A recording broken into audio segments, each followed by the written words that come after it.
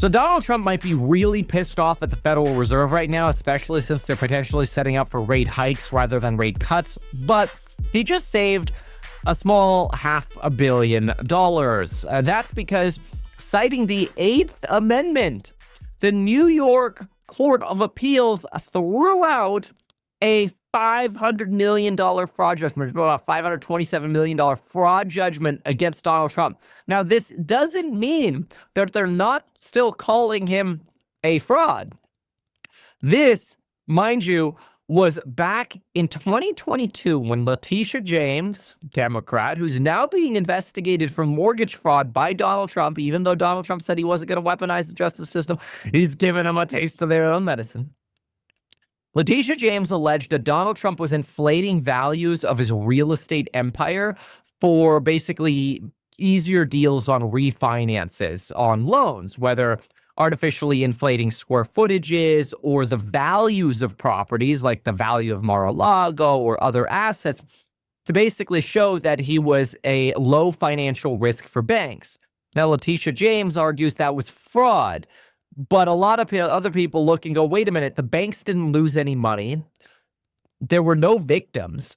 And then this is where Letitia James tried arguing, well, the victims were the other potential buyers. You know, for example, when you potentially inflate how strong you are and you're able to go buy the, post office in Washington, D.C. to convert it into a hotel, you screw the other buyers. And a lot of Americans are like, bro, what the F? Like, he won the deal. He didn't screw anybody. Everybody got paid. Like, what is this fraud lawsuit? Well, this fraud lawsuit would have ended up banning the Trump administration from getting loans in New York for 3 years. It was a $350 million payment that was required of them, plus interest and penalties, which is how they got to over $500 million. And it would have banned Eric Trump and Trump Jr. from doing business in New York or serving as basically an executive at certain businesses for 2 years. So it was really targeted at the family, the whole Trump family, essentially.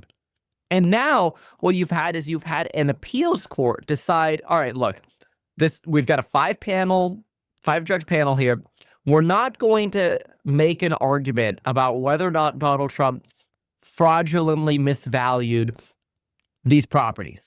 All we're going to do is evaluate whether or not we think a $500 million judgment against Trump and his businesses is reasonable. And what they found is that this fine was an excessive fine that violated the 8th Amendment of the Constitution, which the 8th Amendment of the Constitution prevents unreasonable bail, unreasonable fines, or cruel and unusual punishment. Remember, that is a key word, that "and," by the way. Something could be cruel, something could be unusual, but for it to be against the 8th Amendment, it would have to be cruel and unusual, which is, of course, a separate section of the 8th Amendment, which refers to excessive fines. So basically, Donald Trump lands a massive win here, indicating that the appeals court in New York decided that Letitia James's fraud case, whether or not it was right, was way excessive compared to the potential harm that was done to society, which, again, the Trump administration argues was zero because banks weren't hurt and there were no victims. It was victimless crime, quote unquote, if you will. And then Letitia James, of course, argues, yeah, but you can't set a precedent for allowing people to lie on their mortgage applications, which is, of course, the irony, because Donald Trump is now going after Lisa Cook at the Federal Reserve for potentially lying on her mortgage applications or having 2 owner-occupied loans closed within 2 weeks of each other, with the potential that maybe the lenders on each side weren't aware that she was going for 2 owner-occupied loans. And then it makes you wonder, is that with Lisa Cook a victimless crime? Does that create a precedent of distrust and mistrust in our U.S. mortgage market? Could she be fined excessively? Or is it the same thing as with Donald Trump? Little bit of a fib, if indeed that's what happened. Nobody got hurt. Doesn't matter. Either way, big win here for the Donnie T's. Why not advertise these things that you told us here? I feel like nobody else knows about this. We'll try a little advertising and see how it goes. Congratulations, man. You have done so much. People love you. People look up to you. Kevin Paffrath there, financial analyst and YouTuber. Meet Kevin. Always great to get your take.